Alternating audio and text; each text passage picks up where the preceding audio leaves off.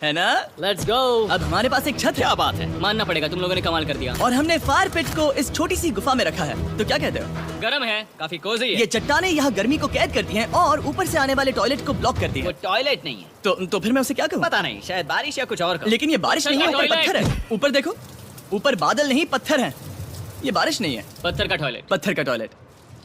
पत्थर का टॉयलेट। देखा, मैंने कहा था ना। और एक सूखी रात की नींद के बाद हमने जोल, हमारे सर्वाइवल एक्सपर्ट को मदद के लिए बुलाया ताकि हम गुफा के अंत तक पहुंच सके। केव, केव, केव, केव, केव, केव। केव। चलो देखते हैं हम गुफा के कितनी गहराई तक पहुंच सकते हैं। ध्यान रहे कि हम अभी इस विशाल गुफा के शुरुआत में हैं और हमारा गोल है इसे पूरी तरह से पार करना। ऑफ कोर्स, बिना अपनी जान गंवाए। ओह माय गॉश, ये तो बहुत गहरा है। तुमने अब तक कुछ नहीं देखा।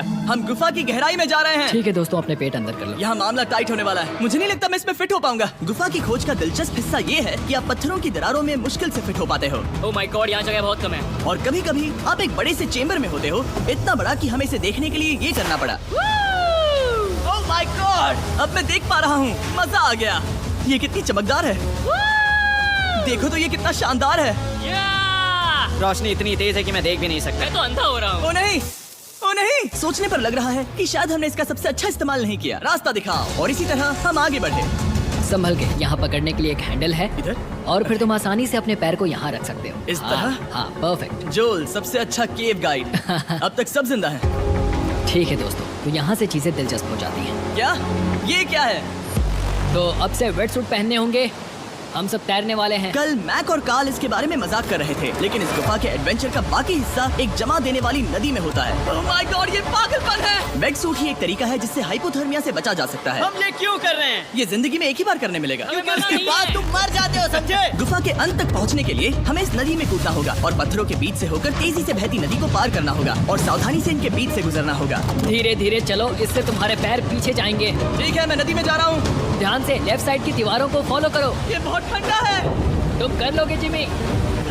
पता नहीं मैं फिट हो पाऊंगा या नहीं। जिमी, मैं चाहता हूँ कि तुम पानी से बाहर निकलो। ओह माय गॉड, इसको करना पागलपन है। ये कितना ठंडा है। क्योंकि जब आप पूरी तरह से ठंडे पानी में डूबे होते हो तो पत्थरों को पकड़ना बेहद मुश्किल हो जाता है। ओह माय गॉड, ये तो पागलपन था। कार्ल, चलो। मुझे डर लग रहा है ब्रो। तुम कर सकते हो। जारी रखो। देखो ये कितना मुश्किल है। हालांकि ये बड़ा मुश्किल था, पर आगे आने वाली मुश्किलों के सामने ये कुछ नहीं। हमने कर दिया।